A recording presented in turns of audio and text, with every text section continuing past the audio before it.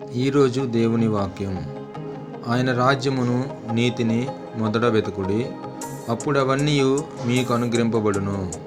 మత్తయి సువార్త 6వ అధ్యాయము 33వ అధ్యాయము.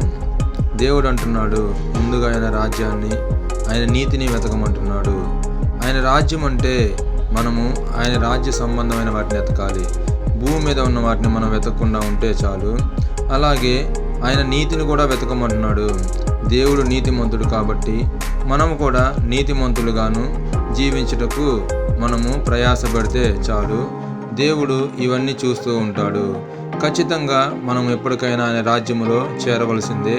అప్పుడు ఆయన రాజ్యములో, ఆయన జీవగ్రంథములో మన పేర్లు ఉంచుతాడు. ఈ భూమి మీద మనకు శాశ్వతం కాదు కదా, ఆయన రాజ్యమే మనకు శాశ్వతం.